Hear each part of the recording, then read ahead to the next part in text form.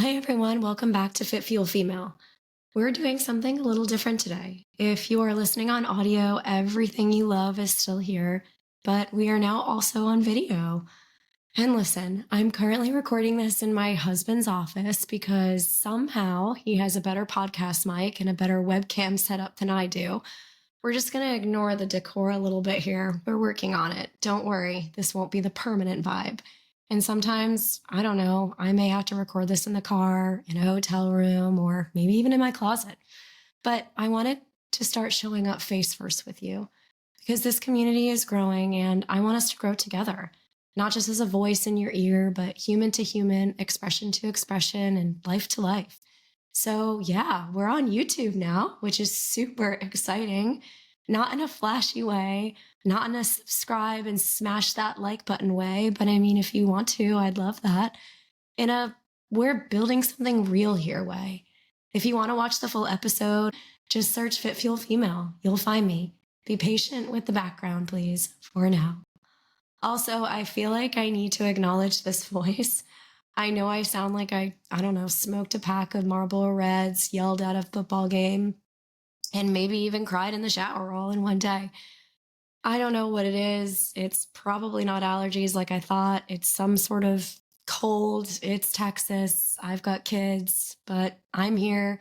We show up anyway. That's literally the heart of Fit Fuel Female in the raw, real, just being who we are. So let's get into it. I'm just going to say it. At some point, it's not your parents, your childhood, your ex, or your job anymore. It's you.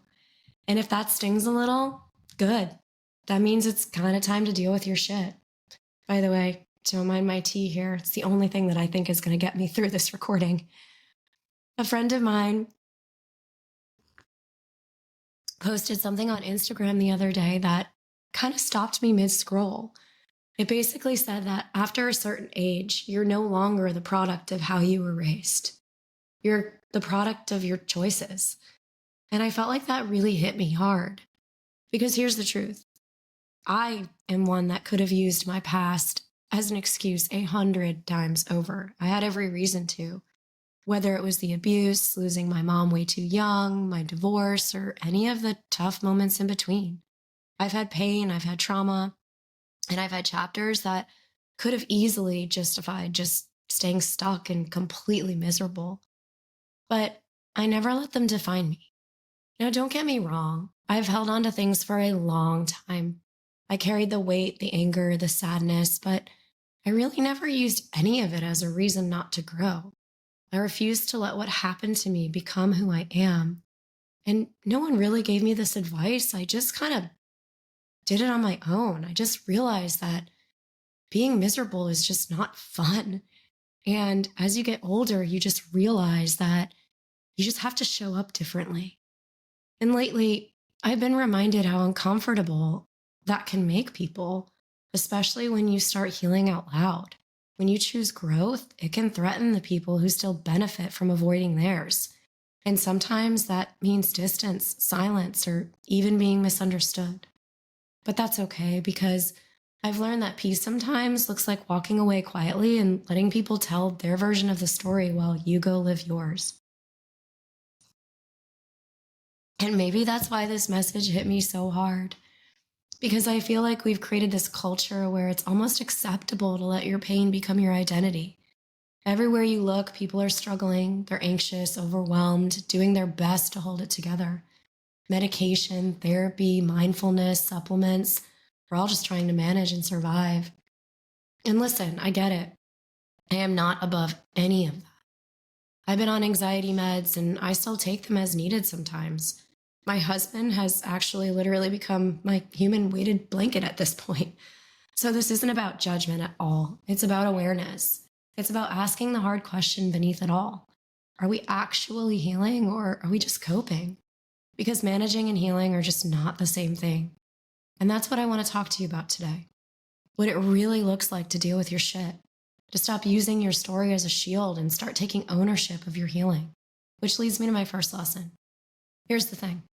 No one can heal for you. No one can do that work on your behalf.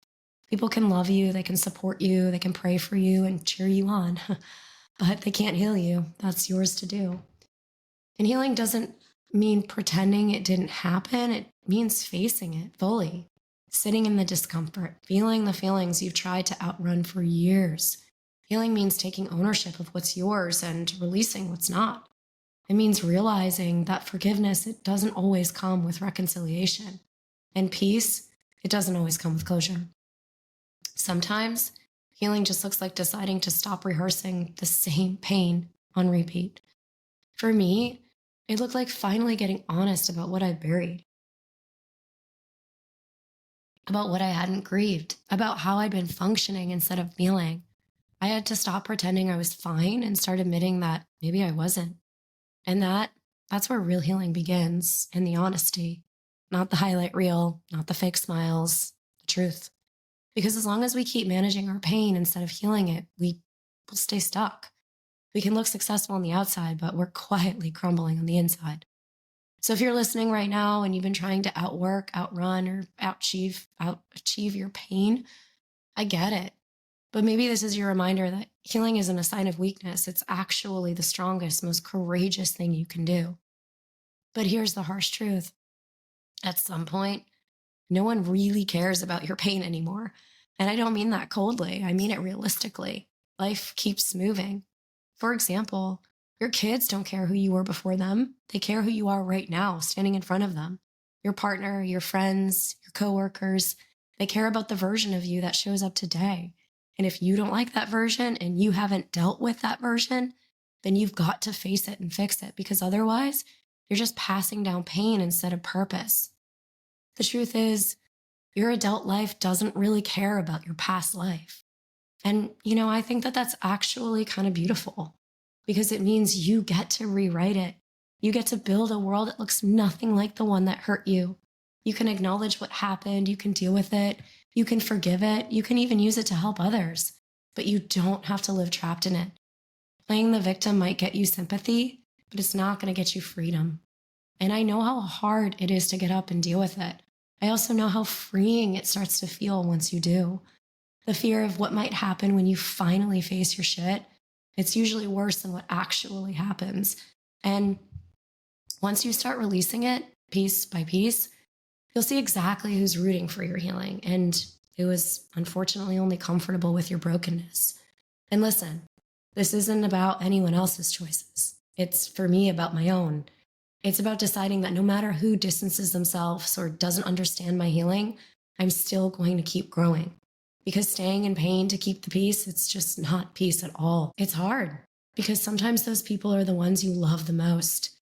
But I've had to learn that you can love people deeply and still recognize that your healing journey just might make them uncomfortable. It doesn't mean that they're not worth it. It just means that you can't stop your own growth to make it easier for them to stay the same. And I want to be real. I am still in this too. I'm right there with you. This year has tested me in more ways than I could have imagined. Spiritually, emotionally, physically, relationally. It felt like one thing after another. There are days I felt like I've won battles, but I've lost the war, or I'm still fighting the war, but I've never given up. Because there have been days where I've felt completely beaten down, days where I've sat in sadness and confusion, just trying to figure out who am I becoming and what's next for me. I'm in a season of forgiveness right now, but also of reflection. I'm sorting through who Kristen wants to be in her next chapter. And truthfully, I'm trying to take my own advice, because even though I refuse to say why me, I'd be lying if I said there weren't days it didn't feel heavy. My faith is what keeps me grounded. It's what pulls me out of the darkness when the enemy comes for my peace. And oh my gosh, does he come every single second of the day lately, over and over again. But girl, I see you. I know what it feels like to wake up and have to fight those thoughts of self-doubt, negativity, fear, all the things. There are days I don't win these battles. There are days that I spiral, I sit in it, and I question, am I even making progress at all? But every day I still try. I still choose to show up, and even when it hurts, even when it's hard, even when I don't feel like it. Because healing, it's not a one-time event. It's a daily choice, one you make over and over again until it starts to feel lighter. Because I promise this too shall pass. It always does. Which leads me to my next lesson. Growth is a decision. It's not a feeling. Once you start healing, the next step is growth. And I think here's where most of us tend to get stuck. Growth doesn't feel good at first. It's not the Instagram version of self-care. It's messy, it's awkward, it's doing the thing you just don't want to do, the conversation you don't want to have, the boundary you have to put up, the goodbye that's just so hard, the new routine that you have to get used to, even when every part of you just wants to crawl back into that comfort zone. Growth isn't about wanting or waiting for the motivation or the perfect timing. It's a decision you make when you least feel ready. I've had to remind myself a lot of that lately. I'm in this season of asking, who is Kristen becoming? And that question, it's just not exciting sometimes. It's painful because it means letting go of old versions of me that once kept me safe, but they just don't serve me anymore. But here's what I know for sure. If you keep waiting to feel ready, you're going to stay exactly where you are. Feelings follow action, confidence follows commitment. The breakthrough comes after the step, not before it. And if you've ever looked around and thought, why does everyone else seem to have it figured out? I promise you they don't. The only difference is they just kept going when it was uncomfortable. And you don't always know what people are carrying. Remember that. Growth asks you to keep showing up for yourself, to stop talking about change and start becoming the change, to stop seeking permission and start creating momentum. And something my dad said to me this weekend really stuck. He reminded me that I can't control how others handle things, and he's right. Because growth isn't just about you. It's also about understanding that just because you're growing doesn't mean everyone else will grow with you or at the same pace. And real growth, it's learning to be okay with that. I feel like that growth is like, I don't know, the Yoda level Zen master version of growth, full acceptance. I'm not all the way there yet, but I'm trying because it's freedom when you finally realize that you can't change anyone else's pace, healing, or readiness. You can only keep doing your work and loving and meeting people where they are. Some days it looks like therapy. Some days it looks like journaling, apologizing, or taking a deep breath instead of snapping. And some days it's just surviving with grace and trying again tomorrow. But growth is never passive. It's an act of faith. Faith that the work you're doing in the dark will eventually show up in the light. And when it does, you'll realize something really powerful. You actually weren't breaking down. You were being rebuilt. Because sometimes you have to break to really appreciate the growth on the other side. Which leads me to my power move this week. I want you to take an honest look at the story that you've been carrying. The one that starts with, that's just how I am, or that's just what happened to me. Ask yourself, is that story helping you heal, or is it keeping you stuck? Because you can't grow from what you won't face. So this week, like I tell my daughter, buckle up, buttercup. Face it. Write it down. Say it out loud. Pray about it. Whatever it looks like for you, bring it into the light. Then choose one small action that moves you toward freedom. Maybe it's setting a boundary. Maybe it's finally making that therapy appointment. Maybe it's forgiving someone or forgiving yourself.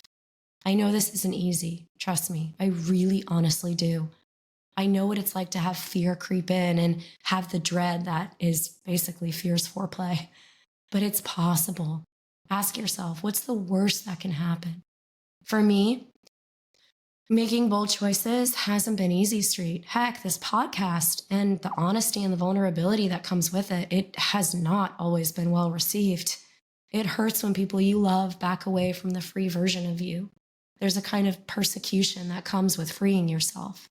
But I can tell you that it's better than letting the pain weigh you down. People will come around, and if they don't, yeah, it will hurt, but you can't control that. You can't control other people or how they react, even the ones that you love the most. What you can control, though, is your choices, your freedom, and the path that you're meant to take. The move doesn't have to be big this week. I just want it to be intentional for you, because that's how you deal with your shit. One brave, honest choice at a time. And remember this, you'll never know who you're truly meant to be if you stay stuck in who you were. Which leads me to my what's been fueling me section. Honestly, me and God. Lately, I've had to really find the gas station to fuel myself because truthfully, y'all, it's been a rough go. This entire year has tried to break me in so many ways, and it just feels like it keeps coming. The first half of the year tried to break me physically, my health, my body. And the second half, emotionally and spiritually. It's been family stuff, inflection points, and these moments that, gosh, they feel so heavy, but deep down, you have to go through them, not around them. I know God has me in the season for a reason, and I've felt that deeply. It's been a year of refining, it's been a year of stretching, and that year, it's tested every piece of my strength and faith. But I know this. It will pass. And when it does, I'm going to come out stronger on the other side. I already have in so many ways. My word for this year was opportunity. And I think next year, it's going to be the year of growth because that's exactly what this year has been, an opportunity to growth, even when it hurts. So for now, I'm just sort of like embracing the suck, staying fueled through scripture, prayer, family, friends, workouts, dancing with my husband in the kitchen, and all the little blessings that can be so easy to overlook. The way the sun hits your face on a morning walk, the text from someone who just gets it, the quiet moments when you realize you are still standing, you're still breathing, you're still here. Those are the moments that refill my tank. The reminders that even when life tries to drain you, there's always a way to refuel.